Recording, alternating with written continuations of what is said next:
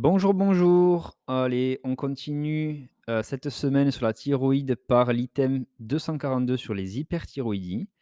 Donc voilà, j'espère que vous avez pu écouter l'épisode précédent, le numéro 13, sur les goitres, les nodules et les cancers thyroïdiens. Et donc aujourd'hui, on va se concentrer précisément sur les hyperthyroïdies.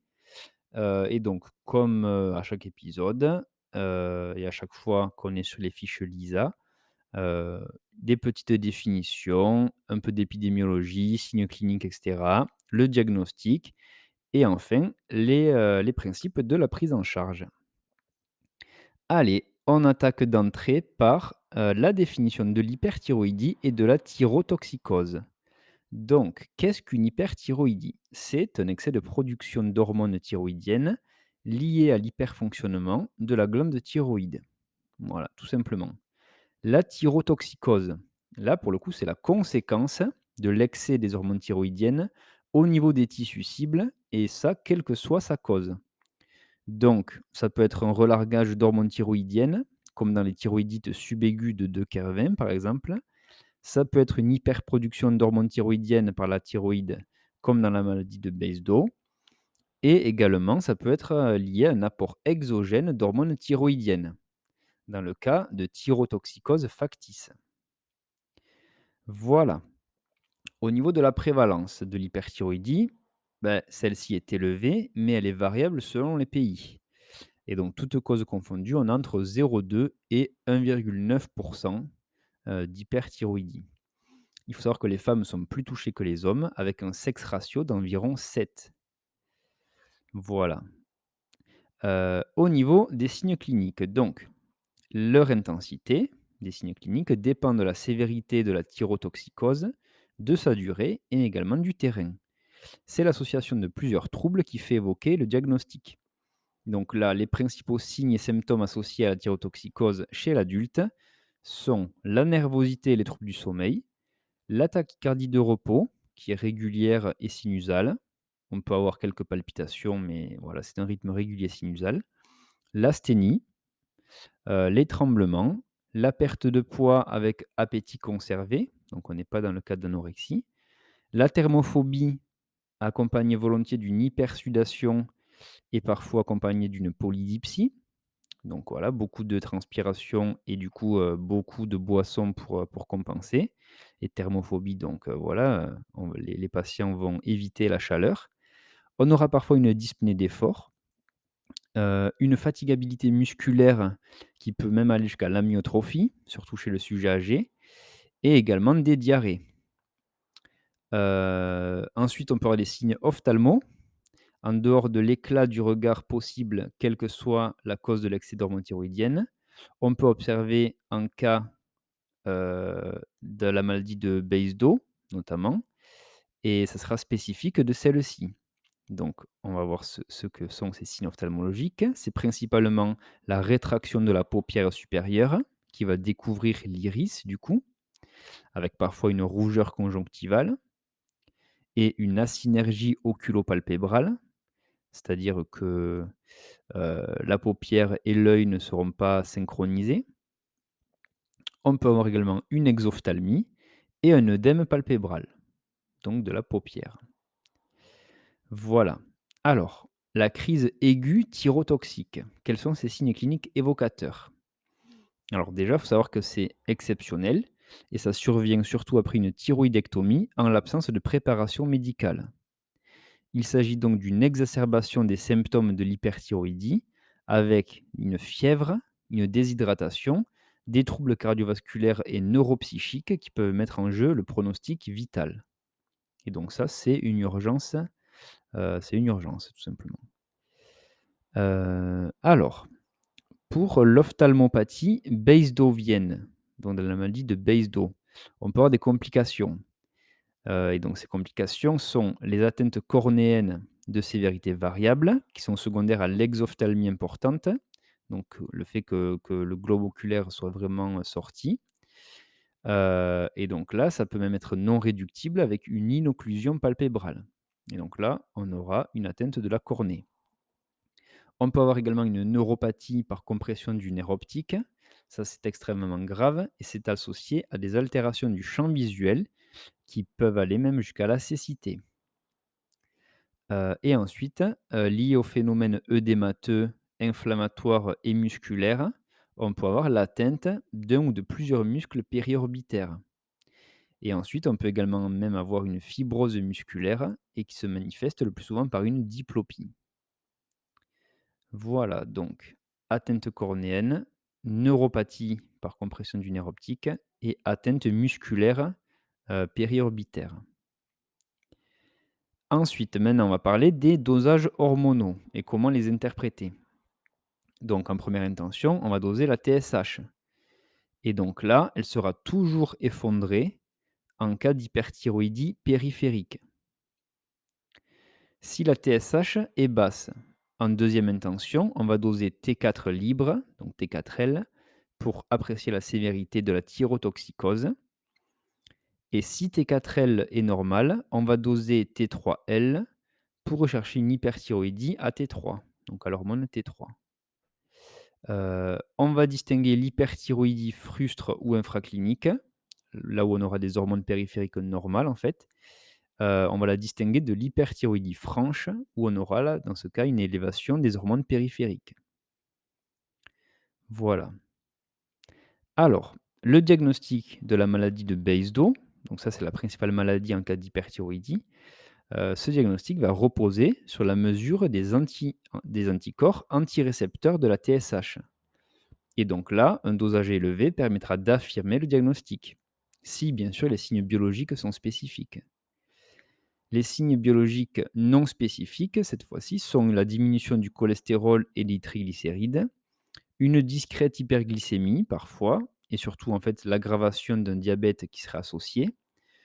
On peut également avoir une élévation des enzymes hépatiques et une leuconeutropénie avec une lymphocytose relative.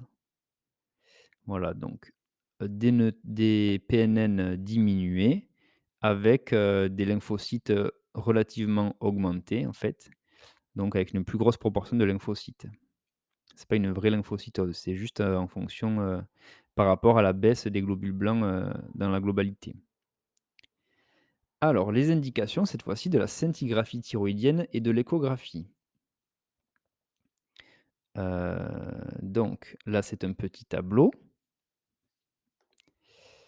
Alors, je vais l'ouvrir ici. Donc, premièrement, donc, ça sera en fonction du dosage. Si la TSH est basse ou effondrée,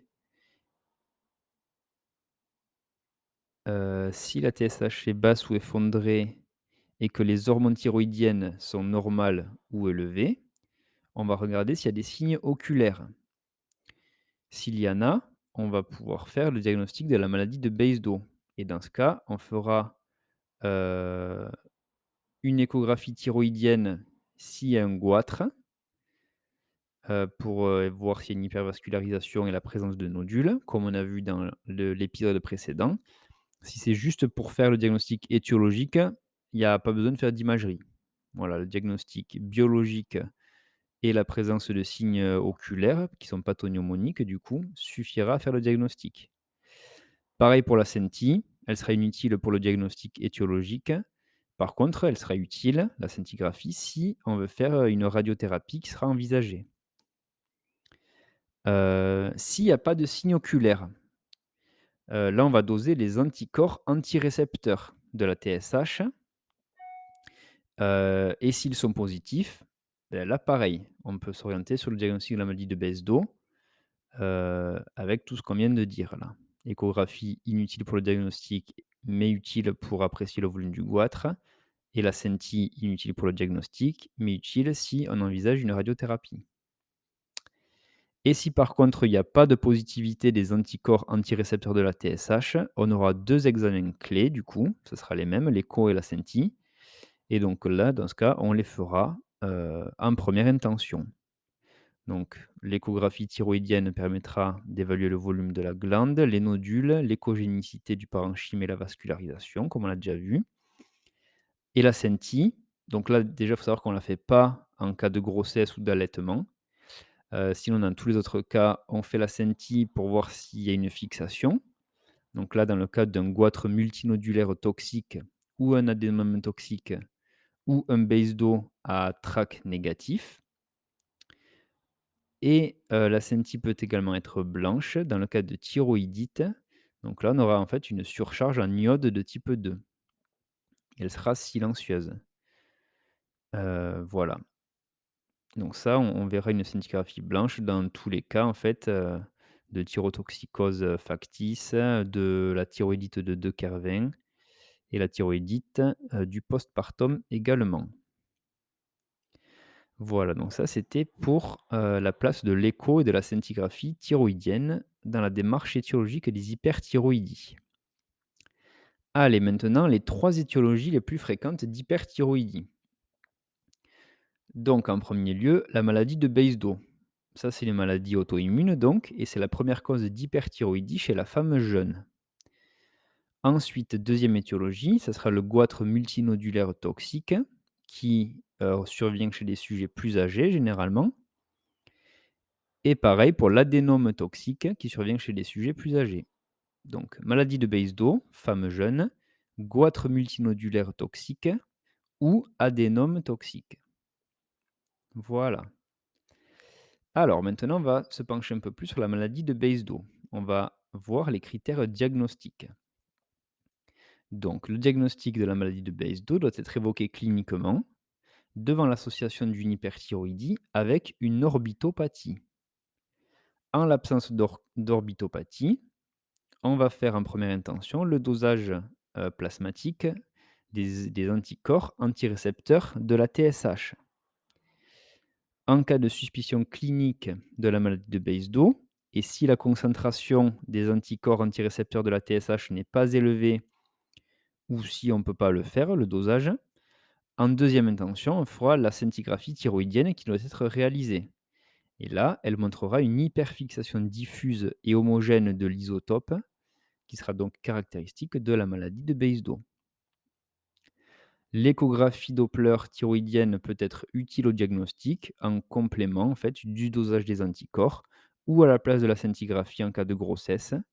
Et là, l'échographie elle montrera une glande globalement hypoéchogène avec une hypervascularisation qui sera souvent diffuse. Voilà. Alors ensuite, on passe sur le nodule hypersécrétant, qui est notre diagnostic de l'hyperthyroïdie. Donc l'hyperthyroïdie peut être induite par un nodule unique hypersécrétant, dans le cas de l'adénome toxique, ou par un goitre multinodulaire toxique. Donc là, on aura plusieurs nodules hypersécrétants.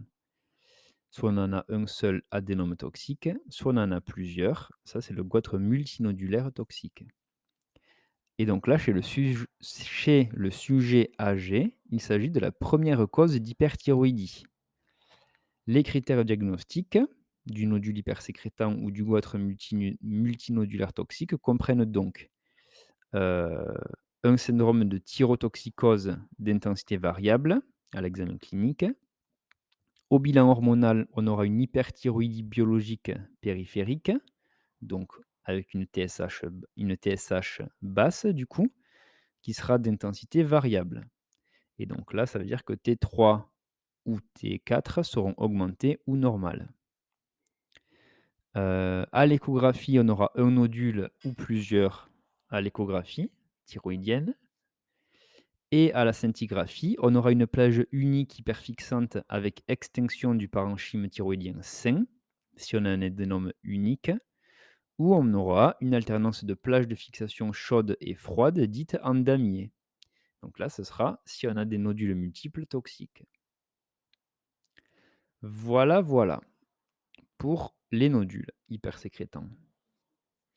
Là, maintenant, on va parler de l'hyperthyroïdie iatrogène. Ça arrive assez souvent aussi.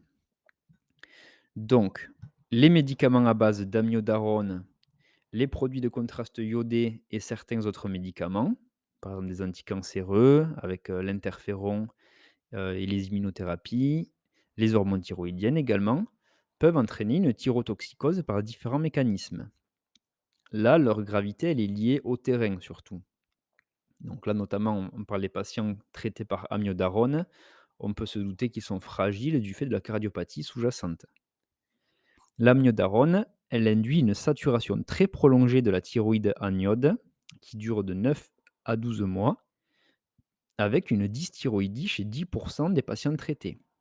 Donc ça, dès qu'on a un patient qui prend de l'amiodarone, il faut y penser parce que 1 sur 10 aura une dysthyroïdie. Et donc là, il y a 2 mécanismes différents. Il y aura l'hyperthyroïdie de type 1, où ça, c'est la forme fonctionnelle, c'est-à-dire qu'on aura une thyroïde qui sera au préalable pathologique, ou on aura une hyperthyroïdie de type 2, également appelée forme lésionnelle.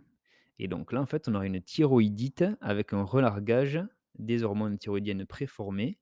Et donc là, c'est-à-dire qu'il n'y aura pas de pathologie thyroïdienne préexistante. Voilà. Donc type 1, forme fonctionnelle, avec une thyroïde qui sera pathologique au préalable. Et type 2, forme lésionnelle, avec une absence de pathologie thyroïdienne préexistante. En l'absence d'anticorps antirécepteurs de la TSH, le diagnostic différentiel entre ces deux formes dépend de l'échographie et de la scintigraphie thyroïdienne.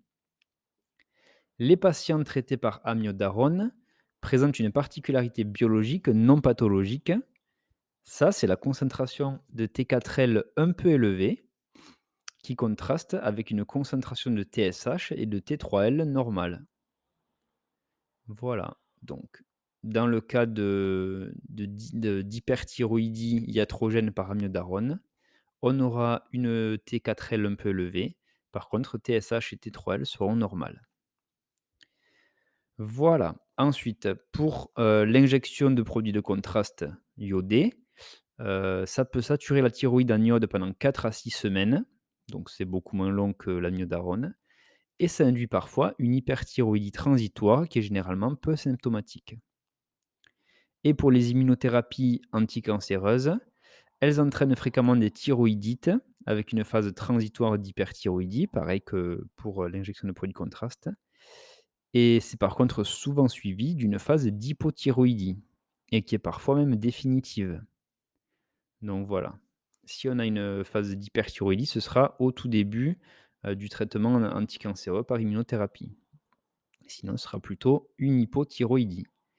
Et ça, bah, j'imagine qu'on le verra dans l'épisode suivant sur les hypothyroïdies.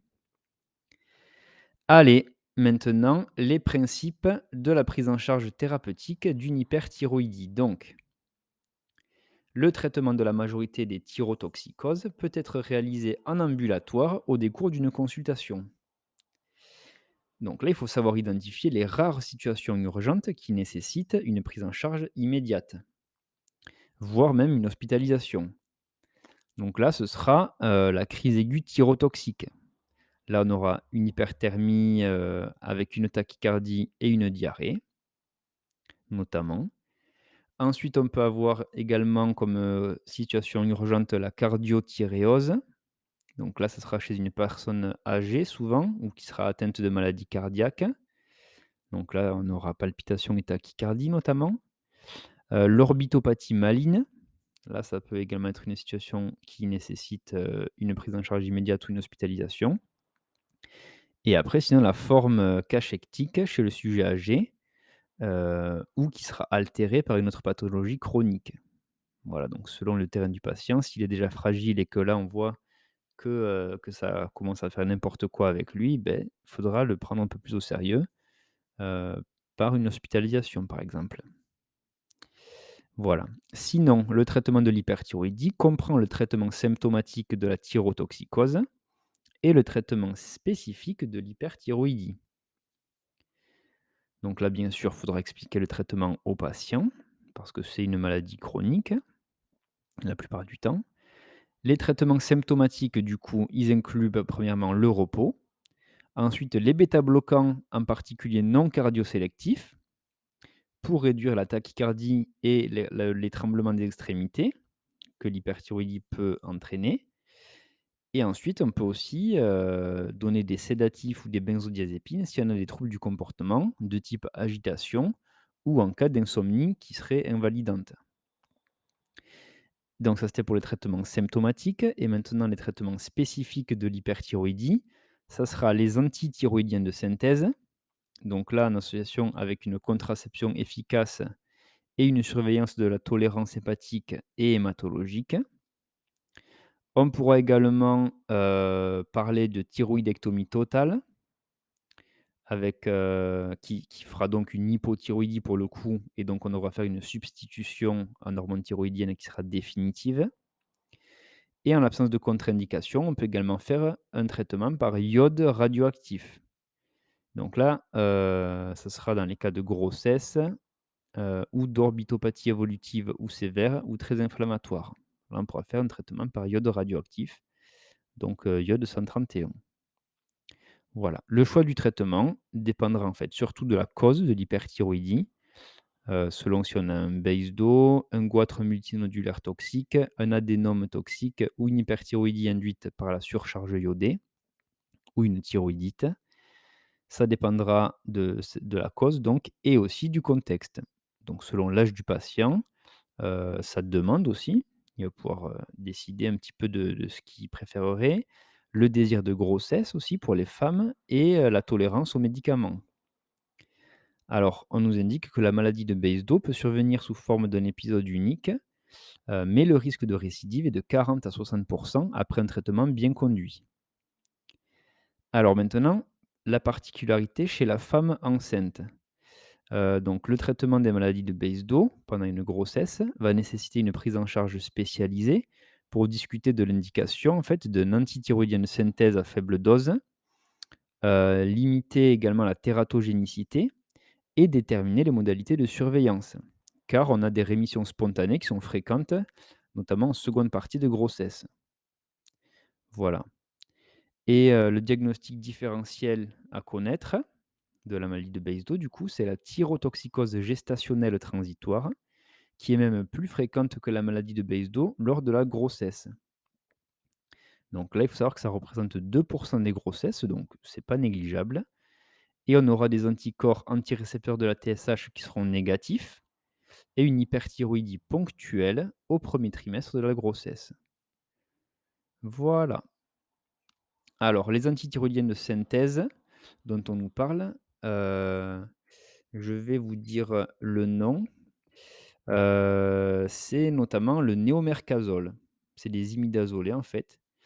Le néomercazole, c'est le nom commercial, sinon, la molécule, c'est le carbimazole et il y a également les thiouracils et donc là, ça sera le propylthiouracil.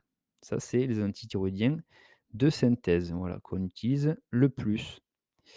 Voilà, ça je vous le donne, ça n'était pas dans le cours, mais bon, c'est déjà c'est pas mal de connaître la molécule.